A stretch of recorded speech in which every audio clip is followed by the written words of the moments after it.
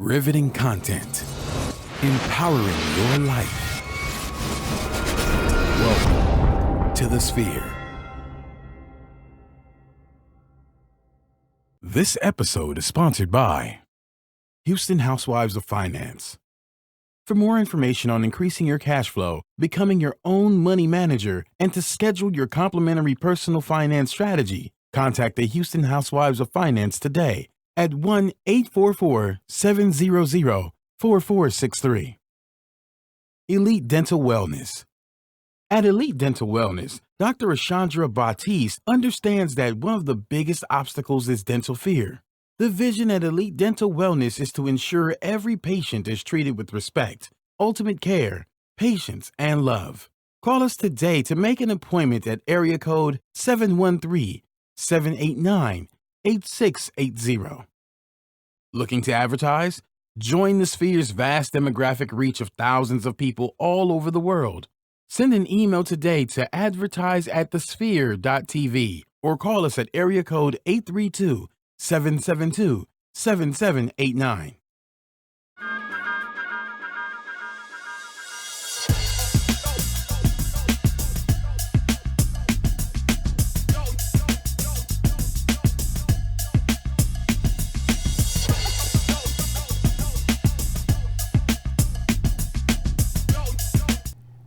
Hello, everyone. Thank you for joining us for Society Now, a show that endeavors to bring you riveting content that excites, inspires, and invokes.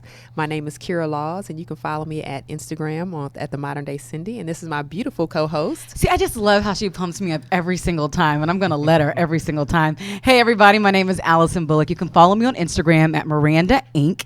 And we've got some special guests. Wait a minute, though. I just want them people to know this is not fake news we're about to give them. Because you got to tell them. Because y'all know how we feel about fake news. It's not fake news. Like, it's legit. You guys know how we really feel about fake news. Society Now. This is Society Now. Now tell them about our co-host. Well, our new co-host, our guest co-host.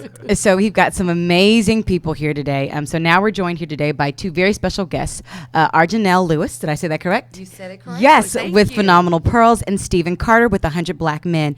They're here today to tell us about the upcoming event, Real Men Who Cook, as well as some other information about their organization. So ladies first. So please tell us about your organization, Phenomenal Pearls. Okay, like she said before, I am Arjanelle Lewis, and I am the president this year of the Phenomenal Pearls Educational and Charitable Foundation. We're actually the fundraising arm of the Chi Omicron Omega chapter of Alpha Kappa Alpha Sorority Incorporated. We just do a lot of fundraising in the community to help raise funds for our different community programs, mentoring, scholarships, family strengthening, global impact, all those types of things. Good, good. Yes, and I'm Stephen Carter, board member at large at the 100 Black Men of Metropolitan Houston.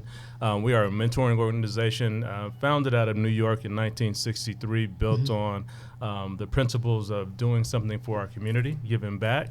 Our mentoring organization is set up to mentor kids from elementary all the way through college. We have organizations such as the Collegiate 100, which is the college arm of our organization, as well as the Emerging 100, ages 25 to 35, and then the Metro Houston 100, which is our older members from 36 on up. So we have a great organization trying to make an impact in the community. We absolutely love it. So before we begin anymore, we want to thank you so much for all of our Facebook Live viewers. Do not forget, we're only going to be doing the first 15 minutes. That's it. After 15 minutes, unfortunately, we're going to have to close it because we want you to subscribe, because this is when the good stuff really starts happening. So hello to everyone who's joined. We're super, super excited because we've got a lot of stuff to discuss. So we have you both here today. And both the organizations joined forces to bring us Real Men Who Cook. So please tell us about how this event came about and the goal of the event. Well, we actually, PPECF, which is what we call our organization, PPECF actually did Men Who Cook last year. What does it stand for? Men Who Cook? Oh, PPECF, Phenomenal Pearls Educational and Charitable Foundation. Got it. So we actually did this event last year at Jones Plaza in October, right before the election. So we did a voter registration drive. We had chefs come out and cook. We had a health screening, everything you could want. But this year, we wanted to do it bigger and better. So we had to get one of the best male organizations in the city of Houston to partner with us. And it all got started at Phil and Derek's. You gotta Was love that on Philly. the Sunday Absolutely. brunch? Like was it a brunch? Sunday brunch. So much happens during a Sunday brunch. Guys. Absolutely. Let me tell y'all something, Absolutely. okay? Come on now. We're not gonna talk about it. Sunday brunch, okay? Sunday brunch. But a lot of business gets handled over food. Which Oh, is for again sure. why we wanna Absolutely. have I this love Real it. Men Who Cook event.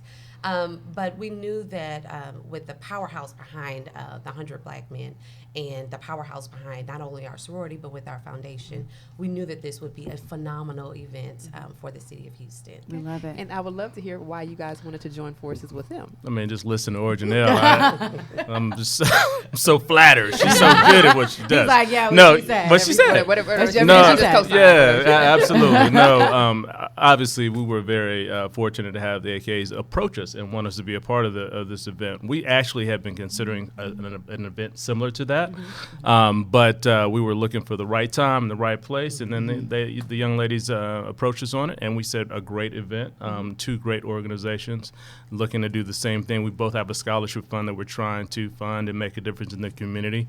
All of this happened right around the time of Hurricane Harvey, so we also had a piece of that. One of the pillars for the 100 is health and wellness, so always looking at the hunger aspect, getting healthier communities, trying to influence our communities, our kids to eat healthier.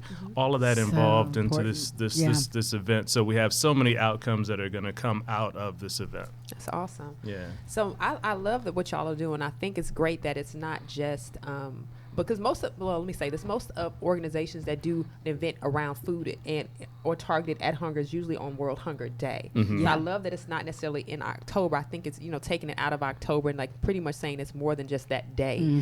I know that the proceeds of the event are now allocated to scholarships and community involvement, like you said, health and wellness, medical things, stuff for the community.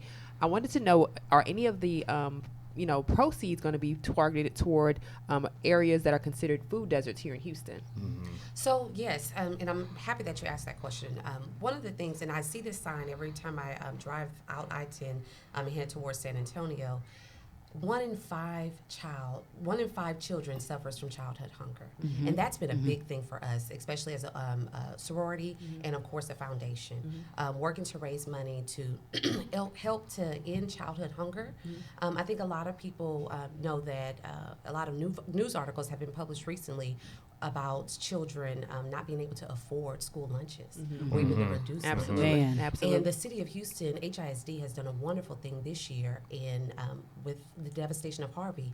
Every child will eat free all year long. That's amazing. So our focus had to be refocused after Harvey. And one of the things that we look at is, what does that child want to eat on the weekend? Absolutely. They are guaranteed those 3 meals at school, breakfast, a snack, and a lunch. But what are they going to do on the weekend? So we have been working with different organizations, the Houston Food Bank, churches.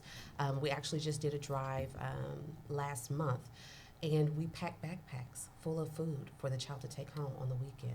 So part of the proceeds will benefit programs like that. Okay, Got that it. sounds good. Got That it. sounds really, really Absolutely. good. I think that's amazing because I think what we're seeing in our communities is that, like you mentioned, there's not enough what happens once they leave school. I know that although there is here in Houston, we have this, we're covering it now, right? Because Harvey, because we realize so many people have been devastated. We still have over 60,000 people that are still in hotels. Very much so. So when you look at it from that perspective, there's a missing thing. And then people have lost their jobs because their jobs, were destroyed. So that's a bigger, Absolutely. impact. So, thinking about the coverage on the weekend, what do they do on the weekend? Or even when you take it a step further, when they get home, what do we do when they get home? What's going to be the forward plan there? And of course, I know there's a lot of organizations that are working on that because so many kids go to sleep hungry.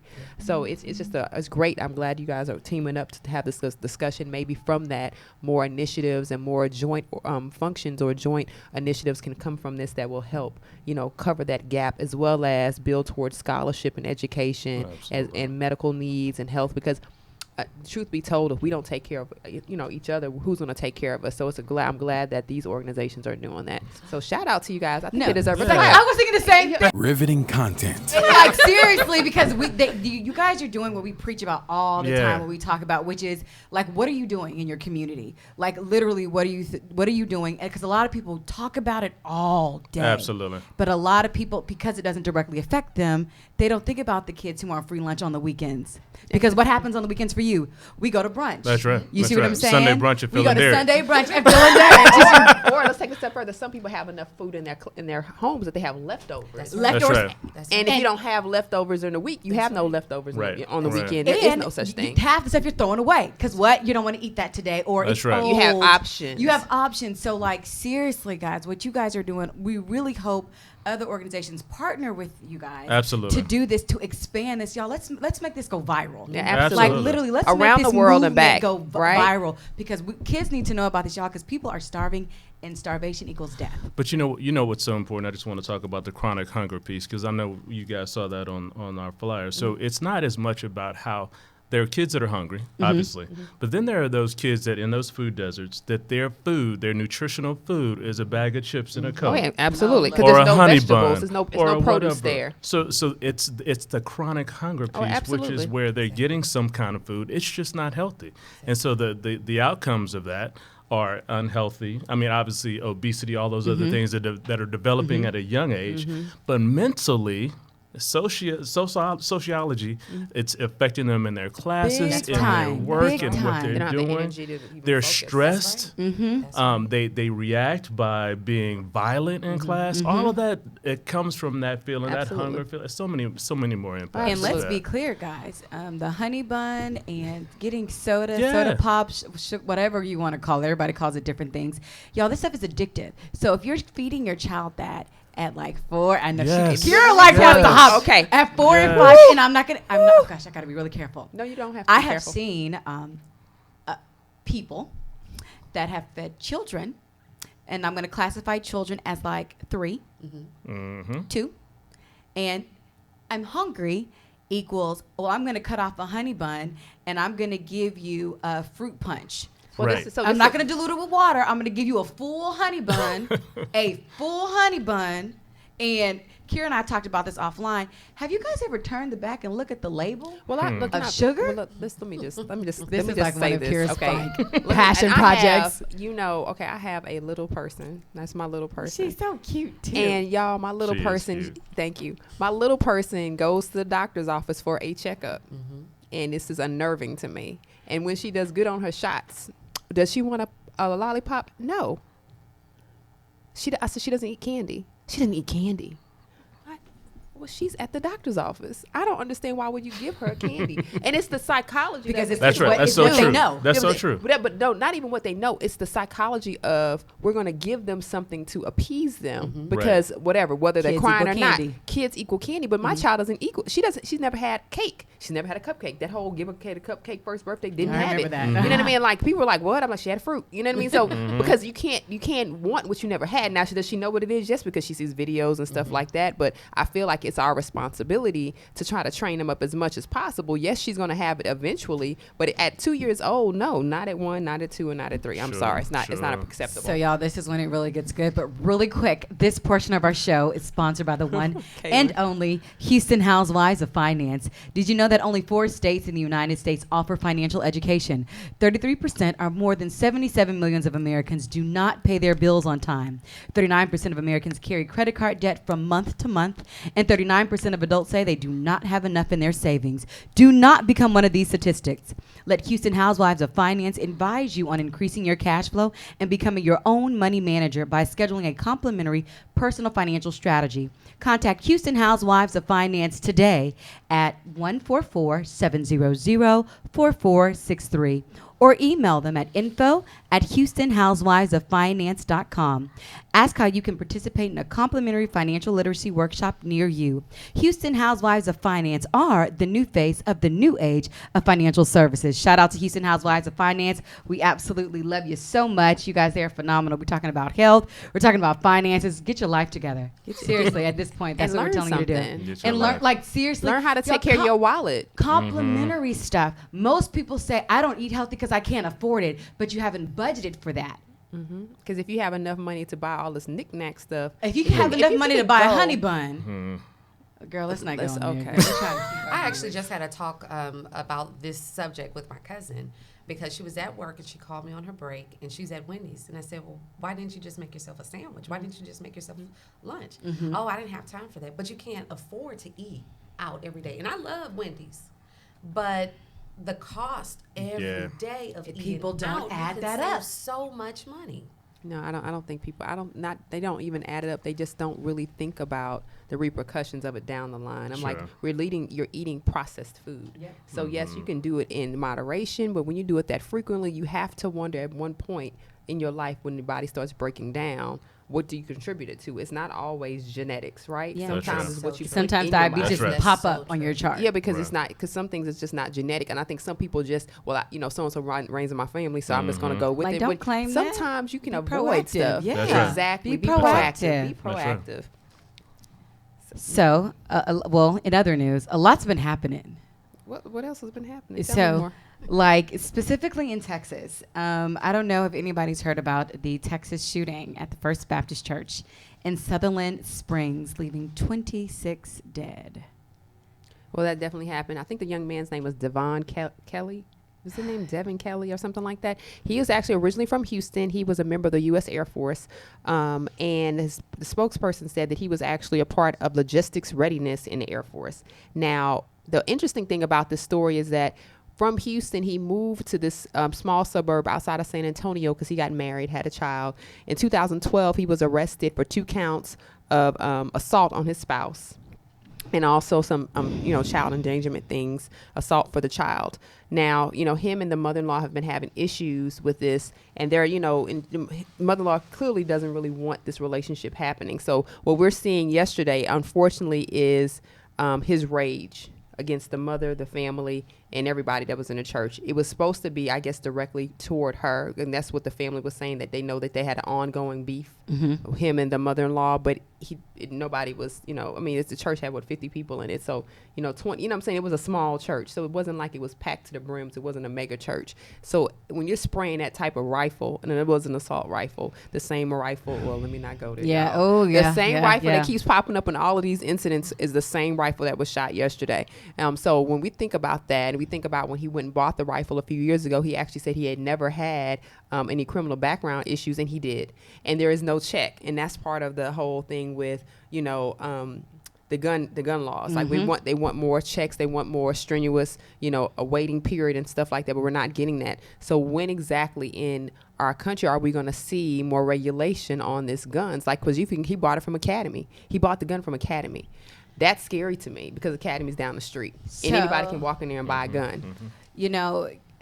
I remember when Academy used to be just a fun family place. Remember that? You just go there and get stuff for like Girl Scouts and stuff like that. Never. Kira's like, no, I don't know remember that. I Like, wasn't a part of Girl Scouts, but I'm just kidding. I know people used to go there. I remember going there. I was a Girl Scout. My mother was like the camp mom or whatever. The troop mom. The troop mom. I wasn't even in Girl Scouts, and I knew I that. wasn't there for so long. I think I got maybe one badge. I think I was a friend badge. I wasn't that good at You it. are friendly. I was a friend badge or something like that. It really upsets me, you guys. I'm really trying to be calm about this because you have an amazing guest. The face of shooting is definitely very keeps me awoke. Number one. Number two, the face of mental health varies every single day. And let's talk about the fact that this was not, because I don't want people to say, oh, the church is not saved and all this kind of stuff. This was about one person having a beef with another person, not with the church, not with all these other things. And I really want to make sure that people realize that the whole policies and procedures, this is what happens when you don't really hold the government up to what they're supposed to be doing. Stuff like this happens. People lose lives. Absolutely. And I'm just going to stop there because I did really we're going to good. talk more about this, but we're going to first talk about Elite Dental Wellness. Yes. I love Elite Dental Wellness, y'all. And she always smiles every time because she it's does it. Elite Dental Wellness. So this portion of our show is brought by Elite Dental Wellness. At Elite Dental Wellness, our vision is to create a welcoming practice that will offer exceptional dental care and a lifetime of dental wellness. We are committed to the finest possible oral care and the overall health and well-being of our patients. Elite Dental Wellness is built upon the foundation of integrity, expertise, and service. Through our commitment to modern dentistry, continuing education, and a friendly atmosphere, we strive to make our patients feel that they are a part of our family. Dentistry can be scary, daunting, and uncomfortable. Dr. Baptiste and her team work tirelessly to ensure your comfort. Make your appointment today with Dr. Ashandra Baptiste at Elite Dental Wellness at 713-789-8680, 713-789-8680. Give them a Elite smile. Dental Wellness. Ding. I feel like every time she does that, you need to do a ding. I would do that, but I'm not Bishop Don Juan or nothing like that. I don't have a mouth full of golds or diamonds. So Just you guys, good dental health. I'm so sorry. We just gave you guys like an extra 5 minutes on Facebook Live. Shout out to Kaylin. Yo, that gamble was only between $400 and $900. That makes me upset. Clinton, shout out. Hey, he's like family. Hello Hey, to Clinton. all. Clinton is like legit family. He comes on every single And show. he's not in the U.S. He is not in the U.S. Wow, So wow. we really want to thank you guys so much for coming. So unfortunately, you. we're going to have to end it. But if you make sure that you subscribe to all of our major platforms, including iTunes, SoundCloud, Google Play, and Stitcher, get Society Now. We want you. We want to know your feedback. Review our show. Share the whole thing live on Facebook. And don't forget to donate. You guys, this is some great soil to pour into. So go to The Sphere, www.thesphere.tv/donate. We need your support. We think it would be an amazing thing, not only for us, but definitely for you. Take care. We love you guys so much. So back to this Texas shooting thing. Now, the one thing I wanted to talk about, specifically wanted to talk about, is what the face of terror looks like in America and what the face of domestic, terrorism looks like. And I think in America, we have created this narrative that terrorists are only from a certain background, a certain ethnicity. And we have to be very careful that we don't paint terrorists anybody that's not American born and or not necessarily Caucasian born or 'cause black. You were really know what nice. I I'm mean? going to say Yeah, but- everybody that's outside of white. Well, I mean, we could say that, but I really want to make sure, because we're only pointing toward someone who the religious background, Big time. and it's like if you're Muslim, then you automatically are piled into this spot where Yeah. you become a terrorist if you do anything. And we got to be really careful about that, because we have domestic terrorism that's happening in our All the community right now. time. And it's happening at a very, it's been happening for years now. Let's be clear about it. It's been happening over and over. We keep seeing it over and over again, but we only hear about, this person, and they paint the picture of the person, and maybe, I'm not going to say in the best light, but they try to humanize the person, Very right? much so. They humanize them by telling them, telling us about what school they went to, what their family was like, maybe some of their interests, as if we're trying like to date you them. to get to know them. You have like to get to really know get to them. know them. Like they're a killer, but you're like, and but no, they come from a good home. They did a bad thing, and it was bad. And It's a bad thing, but they come from a great home. But we don't really put the word terror. Oh, yeah, we terrorist wouldn't do on that. it. And I think that we need to make sure we kind of take away terrorist or terrorism and religion and trying to keep combining it. And we need to put the word, if terrorism is inflicting terror on somebody, then we need to put that word in its proper context on the people who carry it out, because anybody that's walking around with a gun shooting people, that's terrorism to me. Because even on Fox News, and I didn't pull this specifically article, but even on Fox, one of the anchor women was like, it seems like church is a place you go when you know you want to die. That was a weird way for her to say, but I understand what she was trying to say. Yeah. She's trying to say it seems like it's a repeat thing that keeps happening. Because church is known to be the safe haven. The safe haven. So you don't really think that anybody's going to be walking around with a gun. You've had a few stories where pastors did have a gun and they were able to shoot back. But on Facebook, I've heard more preachers that have said, hey, let's be clear. If you come into my congregation, No, I've got a Bible and I've got a gun. Well, that has happened, and it's happened in recent years. But, but it's sad that it's come to that. It's come to that. So I think we need to change the narrative a little bit and make sure we are not buying into that terrorists only are from a specific background, ethnicity, race, religion. Like we need to erase what you think you know. Yeah, right. And let's kind of broaden what that really looks like, because terrorism is terror, period. Okay. Come on, break that down. Okay, America 2017. Come on now. Listen, Kira Laws for president. Not right now, y'all. Not right now, y'all. Let me get my life together. Well, maybe later in Our life. current president, you may not have to. You may be better. Okay, I'm stopping.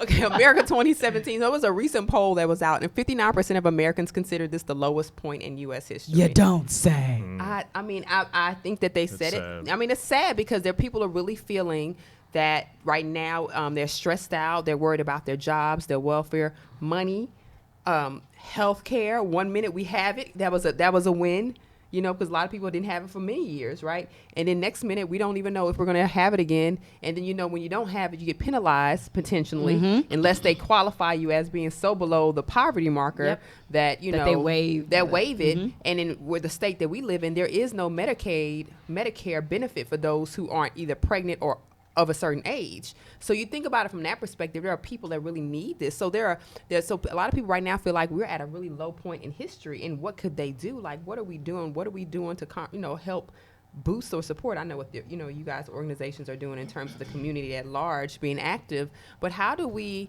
I guess, encourage people during this time? I think one of the biggest things is awareness. I like how you all start your show that this is not fake news. This is not fake news. It's not. And in this day and age, It's we not have fake to news. constantly remind people of what is real and what is Sad but fake. true. Right. But awareness of what's really going on, awareness of truthful facts, not alternative facts. I love it. Alternative facts. Right. That's so much Hashtag better. That's such a say beautiful truthful way, because I'm like, that's a lie. She's No, like, that's true. alternative facts. Because that's part of the issue, right? Like, people are choosing what they want to believe, and then that becomes the news that people read depending on what you subscribe And if to. it trends, then it becomes truth. That's right. If you're not, well, okay.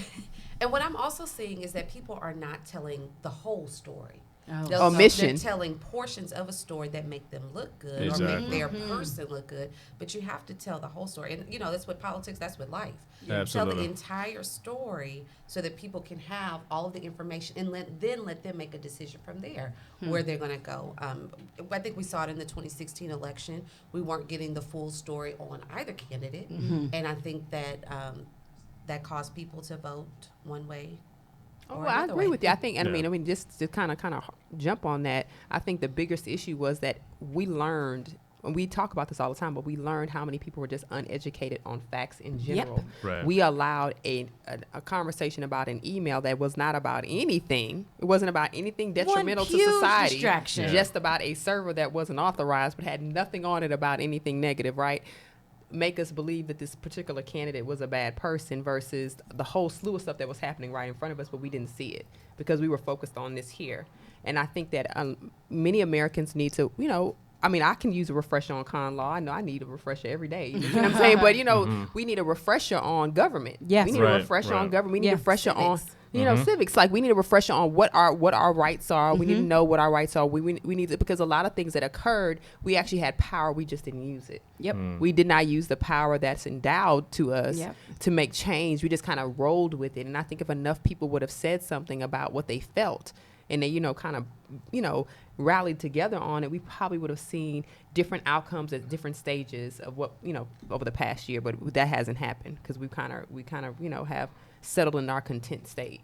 But haven't we, you bring up a thought in my mind, and that's a thought that, whenever African Americans speak out about anything, right, we're always told by the majority media that, why are you complaining? Why are you making such a big deal out of everything? Just, you need to be calmer. You're too erratic. Yes. You're too emotional. Too It's too much. impassioned. You're too Angry black passionate. woman. I have a story for Yeah, that. and so Too so impassioned. so we have been led to believe that we can't complain about Yep. anything. What is so- We can't have a difference of opinion. And so when we're in that state, how do we make a difference? How do we change? And that mentality has to change. It really and I has to think change. that's what we're seeing now play out in different areas, different faction of the United States. We see it on the football field. We're seeing it in the classrooms. We're seeing it where people are trying to have voice in different areas, and we were still coming against barriers, right?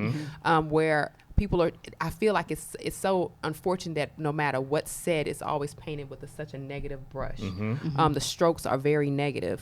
I understand completely because we have this conversation quite frequently. Man. And even my husband, I was like, when I was, working or contracting myself in corporations and stuff like that, a lot of things that I wanted to say, I couldn't say. I felt really bound. I really couldn't comment on the things I wanted to say because I understood that there was the stigma of an angry black woman that wasn't real to me.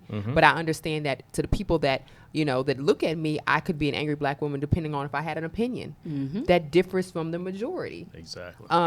And Tone, it was, the tone same. can be, That's right. But it's just a calm. difference of opinion. A difference That's of right. opinion within our families. And y'all tell my husband, I said, you go certain places, you can't, as fly as you are, as fly as you are, some places you can't wear your big face watch because you become a stereotype. That's right. And you don't get the platform that you deserve in these areas because we have been painted with a certain brush. Absolutely. Unfortunately, it doesn't matter if he's a professor during the week. In the weekend, they see you as somebody else. It doesn't matter. And that's unfortunate that when we go into our workplaces, we don't have voice, and or when we have a voice, we are not trained on how to use it, because some of us don't know how to control their emotions when they speak, because they're so impassioned, right? They really do feel a certain type of way about it, but they're so frustrated with the situation, they don't know how to control the situation, control it so that it boths well in their favor. And most people get really frustrated because they're like, well, what can I do to break that stereotype?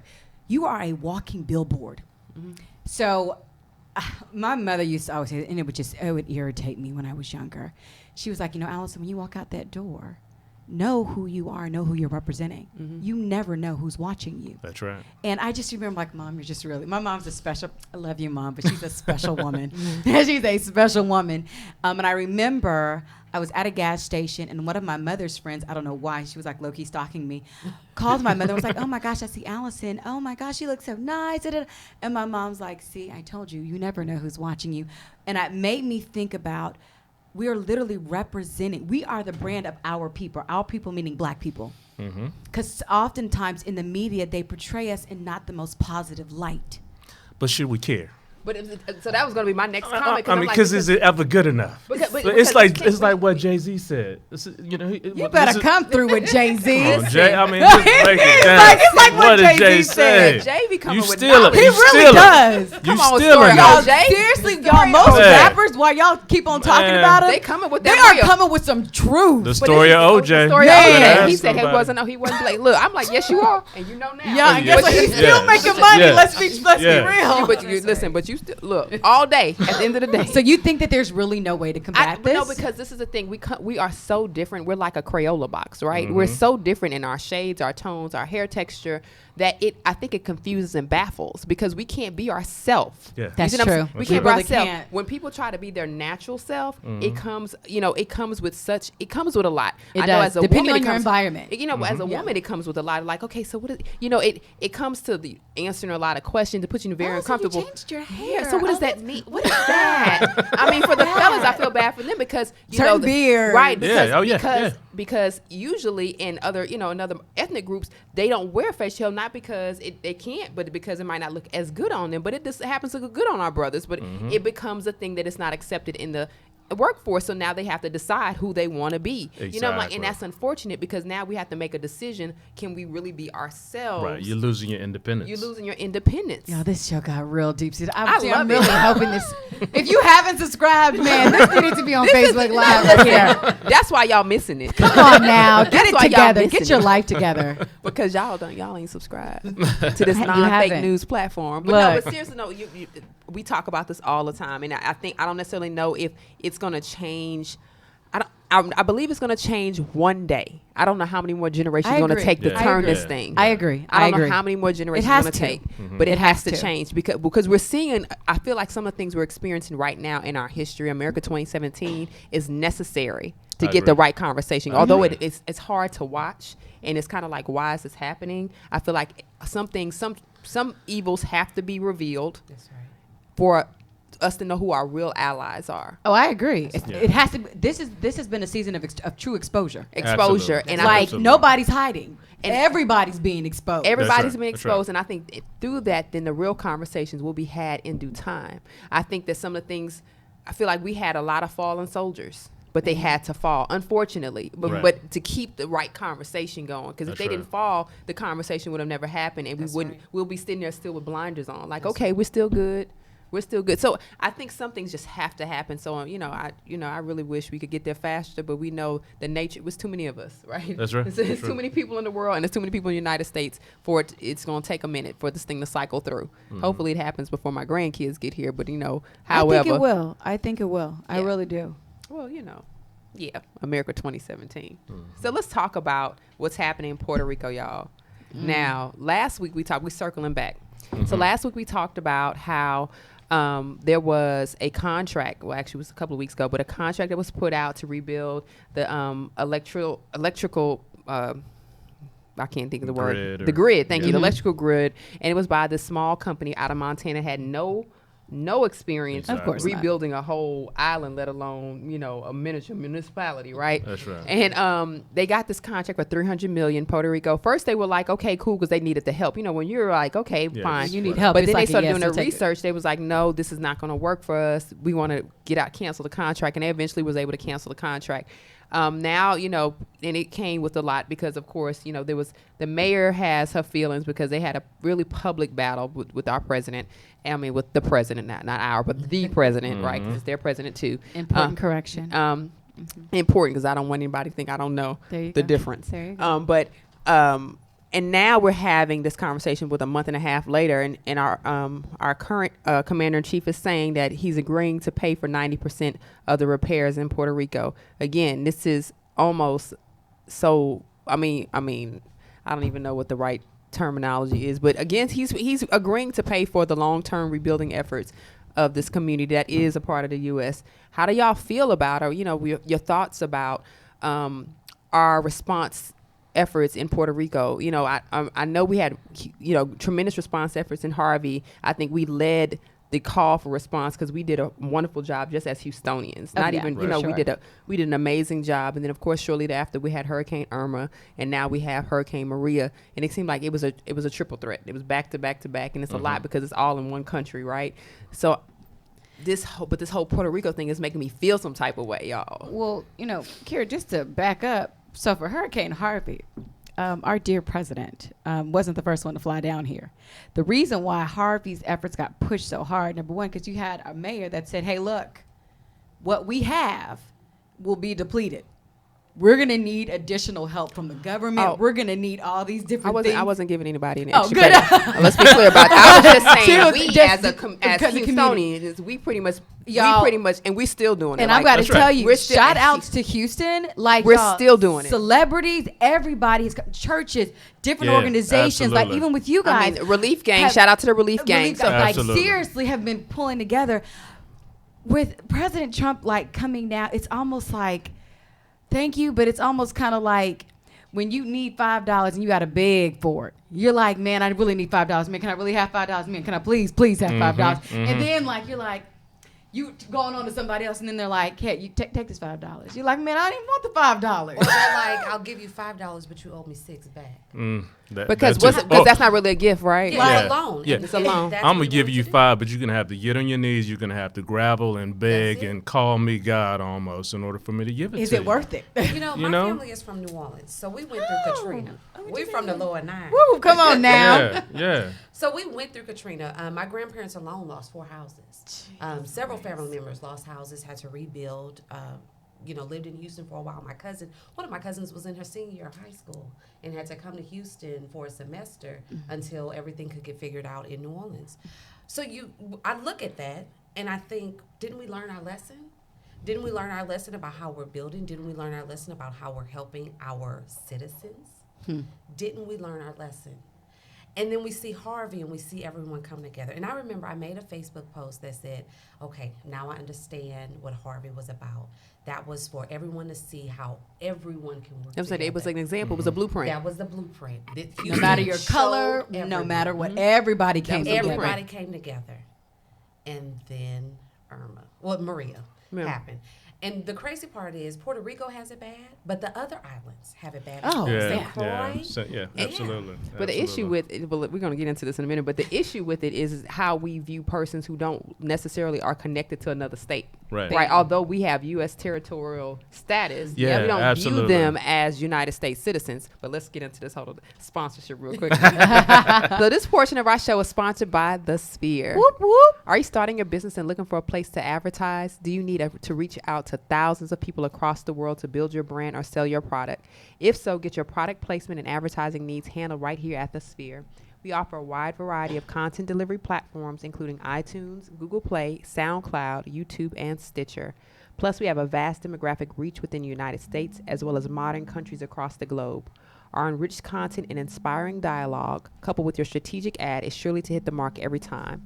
Call us today at area code 832-772-7789 or send an email over to advertise@thesphere.tv. Again, the number is 832-772-7789 or email us at advertise@thesphere.tv. I know you want to do a whoop whoop right there. Whoop whoop. I know you wanted to. I felt it in my. I felt it deep Until in we my get our heart. sound effects. That's what I'm here for. I mean, you are sound I'm effects. sound You effects. like if I had a singing group, you were BGVs. You background vocals. Why can't I be in the group though? No, but you are in the group. But But why can't I be? but if this it's is a the thing. fun? See, that's the No, problem. no, You no. always try to put me. In No, because I don't have. Listen, if I don't have good BGVs, I don't have a good song. You better butter me up because you still make that look good. Well, I tell you. I'm talking about who wants a hollow sound and no background. Okay, listen. Who And a is lot it of that- these singers today were background. Listen, look. they started singing in the Y'all- y'all background. Look the at fact that she Tamar. actually Tamar man, singing in the yeah, we ain't talking background. about her. We're not talking about Tay Tay Yeah. today. Maybe next week. Tay Tay can wait till next week. But no, seriously though, I think some of the issues that we're seeing with those islands, I have family from St. Thomas. I have family in Puerto Rico. And to see the response is that we just don't view them as American. Yeah. We travel there. We vacation there. Yeah. Mm-hmm. But we don't realize that that's actually people that are given status because that's a U.S. territories. And I think that that's the conversation. Again, civics. We need to know things. And also, maybe this conversation happens again, how we view people who don't necessarily look like an American. Which is why Whatever it's- that it's- looks it's like. it's about division. It's what we see in the media all the time. If you don't Very start divisive, seeing 2017, very then divisive. it looks like, well, they don't belong to us. They're not one of us. And if you constantly don't see it, it's not a part of your group. You see what I'm saying? Yeah. So it's easier to Y'all, not the support. media is so strong. You guys have got to pay attention. Yeah. It's not a conspiracy theory, but y'all got to pay attention because if you don't, you will be brainwashed into thinking one thing because of I don't want to say certain news station, but there are certain programming that literally has one view, and their job is just to feed you that one view every single time. You have to do your research. You can't just take what somebody tells you. Open the book and read. Well, I tell people all the time, especially when I go speaking, I'm like, I don't subscribe to just one source of news. I use my smartphone for everything. So when I get my 'Cause it's a news, smartphone. it's a smartphone. It's a right? smartphone. So I get Be get smart. Time, right? USA Today, CNN, Fox. I get all that comes across my phone because I'm gonna read them all. You know what I mean? Whatever's Right. the headlines for the day, because I'm like, I need to be informed about what each side is saying. Yeah. And what's From pretty much everybody's from perspective. everybody's perspective, because there might be something to learn or gather, whether I agree or not. And it changes the way you view the world. But if you're uninformed, you can't join the conversation. That's right. Literally, You all you don't can just have do is look. permission. Yeah. Exactly. If you're not, it's almost like giving an uneducated opinion. Just like, and you know that one friend, they say something, you're like, Just shut up. Just be quiet. Like, why do you keep talking? did you You're just not say even that? right. And it's like, yeah, I agree. To what? What do you agree with? What part of what I said you agree? Because All it was of like it. 5 different things. Like, All of it. you don't even know what I just Like, said. no, you didn't. You didn't. You didn't. I think what's happening is that there's so many news outlets that you can always find something that will confirm your belief system. Oh, absolutely. Yes, for sure. You can find. I mean, and it used to be. If you think about it back in the day, you just had regular television, Channel 2, Channel 11. If you're in Houston, right?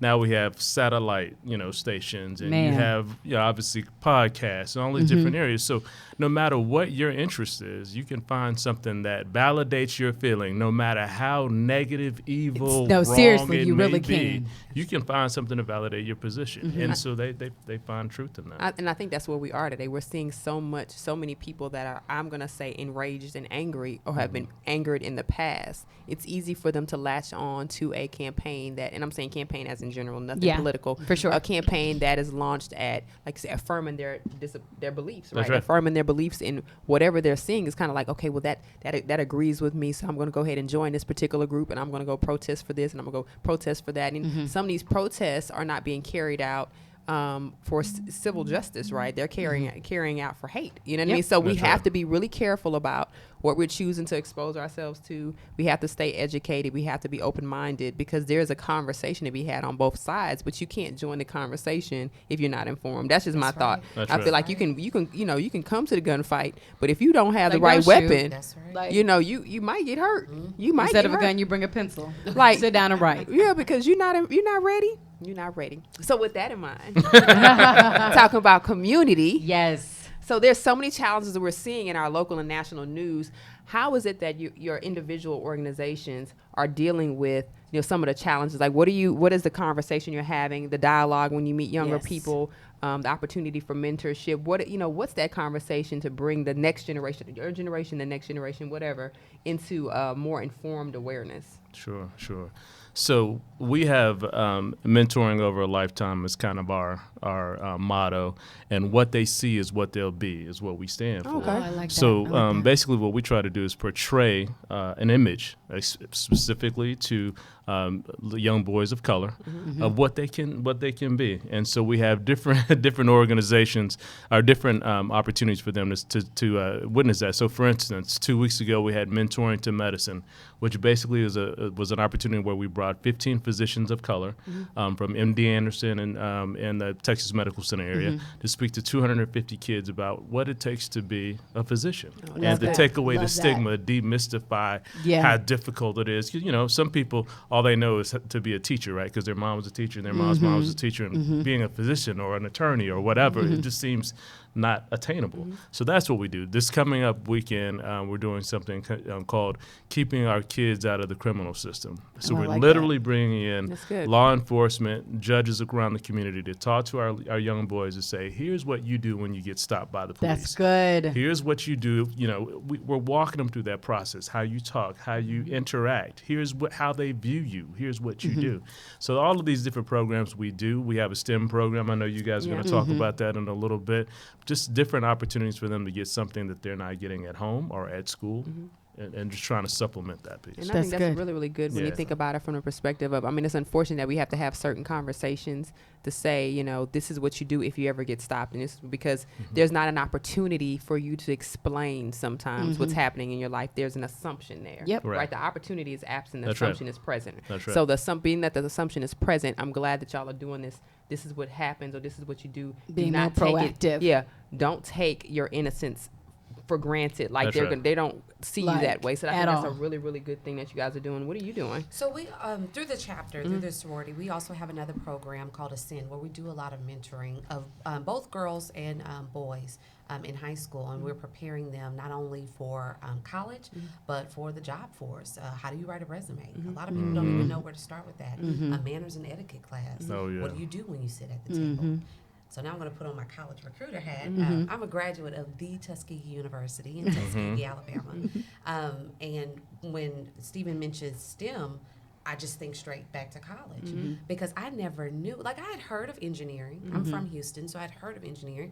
We have Booker T. Washington High School for engineering professions, but I never knew about like aerospace engineering, chemical engineering, all these things. But a lot of our HBCUs have these just amazing programs. So one of the things that the sorority is doing now is Think HBCU, where we're exposing kids to the different HBCUs and the different programs, the different niches. In my opinion, every HBCU has their niche. Absolutely. Tuskegee's was, we had so many. We had, That was the college that wanted me, but they did me dirty when I first. I was about to say. I remember my letter. It was a Rockefeller Hall, room 49 or something like that. They told me I need to bring my my fan with me because there was no AC in that dorm. I remember that. She said, "Yeah, you would." But I'm not gonna knock y'all. I really did want to go to Tuskegee. I really did want to go, but at the last minute, I was uninformed. I was uninformed though. I was uninformed about how to get prepared for college. So when I got my financial aid letter, I thought I was really a full aid scholarship. But I found something out later on. I was like, oh, I didn't know that. Then I freaked out. But anyway, so press play. But Yes. it's I so was uninformed, important. right? It's so important to have the information that you need. Think about it. A lot of us, like my dad, he went to college maybe a year or two, but he didn't graduate. So I couldn't talk to him or anyone on his side of the family. I'm the first graduate of college, and let alone a graduate program on that side of the family. I had the benefit of a mother who had graduated from college, but she was just like, you just got to go. Like, I don't know what you're going to major in. I don't know what you're going to do, but you better make some money because I'm not, taking care of you at 18. So having that information, having people who are college graduates, in these sororities and fraternities, coming back and speaking, and then having HBCU graduates coming to speak to the students, I think is such a large piece. I know when I was in high school, I went to a prominent high school here in Houston, and we were told oh, don't go to HBCU because you're wasting all of your education on HBCU. That was the best decision I ever could have made in my life. Not only did the HBCU have the money that the other institutions did not offer me or as much, I got great life lessons and I learned a lot education-wise. And I say that my HBCU put me where I am today, and I think I'm doing okay. Absolutely. Well, I love HBCUs. I know you do. too. I'm a product of 2 HBCUs. I went to right. Wiley College, home of the great debaters. Yes. Come on now. Yeah. And then I got my law degree at Thurgood Marshall School of Law. Come on now. I know that's And right. so I can tell you that I had an amazing experience through HBCUs.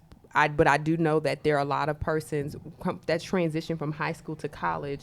It's a challenge because they don't have information, right? Both of my parents did go to school. They were the first they had a lot of siblings, but they were the first and only of their siblings to go to college and beyond, right? Undergrad and beyond. But both of my parents didn't actually have I guess the assumption was you from smart parents, so you're going to get it, right? Yeah. So you apply to school, you go to school, blank. You know what I mean? So it was kind of like I kind of felt fell through it and kind of figured stuff out as I went. Thankfully, I had enough support. God gave me enough support apparently to send people my way to help me through the process. Sure. But it was some information I didn't know, right? Some things I just didn't know that I wish if I would have known early, I would have probably made different decisions. It definitely wouldn't have, I don't think it would have swayed my choice because I probably still would have attended a HBCU, but I wish I was more informed, just more informed. And look at the exposure that you got just because your parents went to college. My husband, neither of his parents went to college. He's from 3rd Ward. He's going to make sure I'll shout that out. He's from 3rd Ward, Houston, Texas, went to Jack Yates, and he initially said he wanted to be a realtor. And I said, well, why did you want to be a realtor? He said, because the mentor that the school paired him up with was a realtor. So that's what he saw. That's what he wanted to be. Now, as he continued through the mentoring program, he ended up getting another mentor who was a pharmacist. What did my husband end up becoming? A pharmacist. Because that's what he saw. That's who he saw. It wasn't about the money. He saw that he could provide. That's real. He saw he could provide a help for the community, and he saw someone who was a pharmacist. That's what I'll be, a pharmacist. You have anything for that? Well, I just really wanted to say really quickly, all these HBCUs are represented. I have to make sure that mine Oh is. my gosh. I attended Xavier University of Louisiana. So I'm very excited about that. And HBCU did change my life because I grew up in predominantly.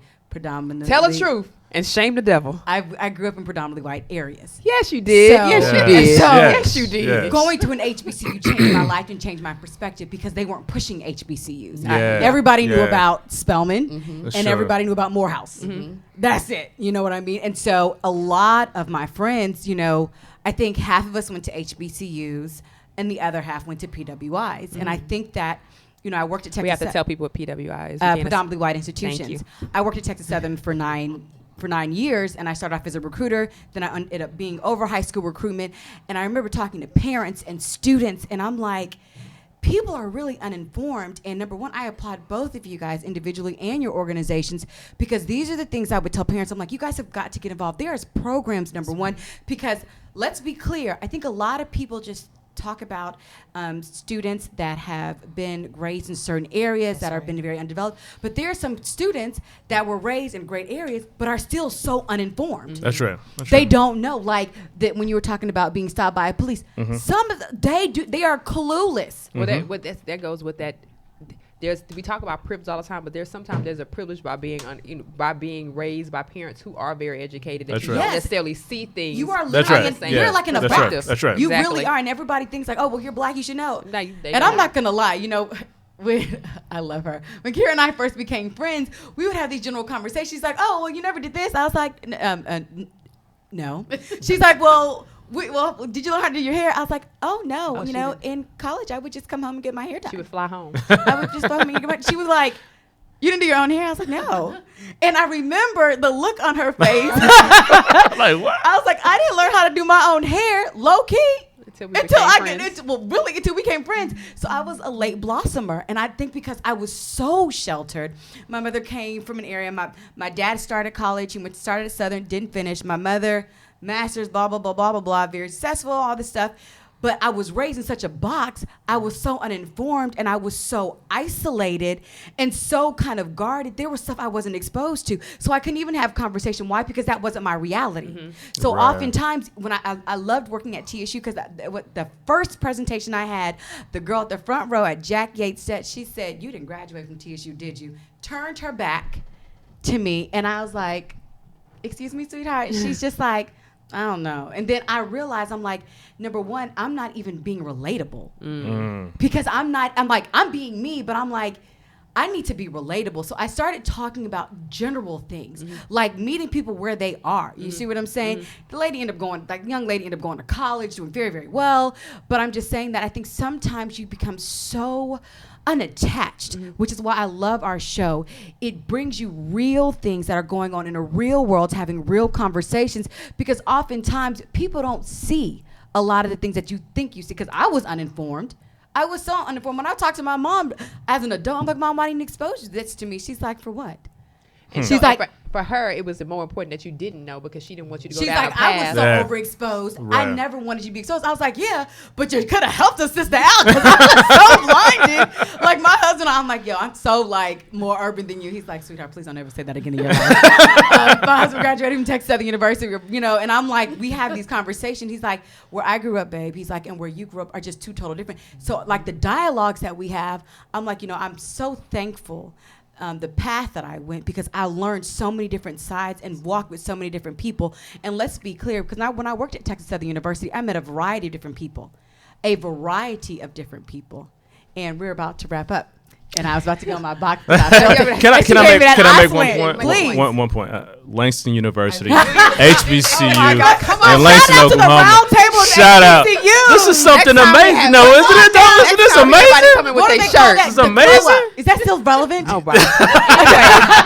In the interest of time, y'all, we have to wrap up. But I would love for you guys to share with us again about the community event, about what's going on in your separate And your social organizations, media your pages. social media pages. Again, we have you from Phenomenal Pearls, excuse me, from Kappa Alpha Sorority Incorporated. I am Phi Chapter, and then from 100 Black Men. 100 Black Men, Stephen Carter. So come on, tell us more about everything that's going on with you. So I want to make sure that everyone knows the link to go to 2017 menwhocook.eventbrite.com. Even if you can't attend, you are always welcome to provide a donation. We do have a donation box where you can select the amount that you would like to give to us. This is a very worthwhile cause. We have 17 chefs, I believe, confirmed. That's what's up. Making more than 20 dishes. We are going to eat very well and for a very, very worthwhile cause. We love it. That's going to cover just about everything that we talked about here today. I love it. Absolutely. I love it. I don't know that we mentioned the date and the time, and I Please apologize do. about You did. that. It's this Sunday, November 12th, from Come on, 2 to food. 6 Come on, p.m. that's Sunday. Oh, that's Yeah, that- for those who missed the Sunday brunch, this is perfect. Missing a Sunday brunch, come hang out with Right us. after It's at the church. Buffalo Soldiers Museum, downtown nice Houston. venue. Really nice. So very Love that nice venue. It's gonna be. We're gonna have fun for the kids. It's a That's family friendly event. love We're gonna it. have a DJ. It's just gonna be a It's going to be blast. awesome. Tickets are only $20. Children's tickets are $8. You can do a 4-pack for $70. That's Okay. give the website one more time. 2017 menwhocook.eventbrite.com. Okay, so Awesome. I thank again for Janelle Yes. and Stephen. Yes. So We are excited. so excited, man. Y'all need to be like, come back again. We like y'all. Like y'all. Da-da-da. And like Yes. low key, because if I didn't like y'all, I would tell you. Yeah, I would. appreciate The that. show would have ended like 30 minutes ago, y'all. If she, no, I'm just I kidding. did. I really love y'all. Like- Y'all HBCU guys, like I'm good. That's all I needed. No, that's for sure. So we're wrapping up. We are wrapping up. So, you guys, with that being said, this was a robust show with Yes. so much content. This is real, y'all. This is real news, real not life. fake news. No Real fake people, news. and it And just not happens to alternative be, facts. And it's not alternative. Yo, Truthful we're so gonna facts. take that. That was good. I mean, I try not to take everything. you say. that right there, we take it. We keep But that to. I'm gonna give you the credit. I ain't gonna give. We'll definitely give you credit. But shout out, and I just gonna make this little plug.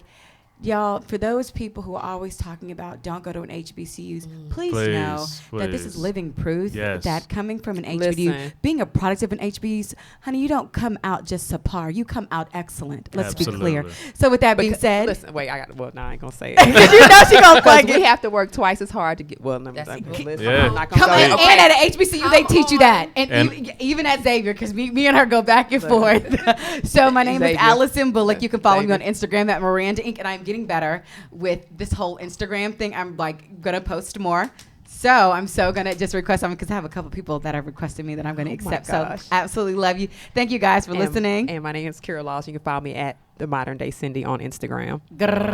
I just felt like that needed to happen. I love you guys so much. We absolutely appreciate it. You guys, please shout out again to our amazing host. You guys more than welcome to come back to Society Now anytime. And we thank you guys so much for the sweet treats. So they not only bring like our powerhouse, but they also bring treats. Gotta feed everyone. Come on now. They bring food. And this is from one of the chefs from this weekend. Come on now. We're excited. We're about to dig into it. See you guys later. All right. Take care, guys. Ciao.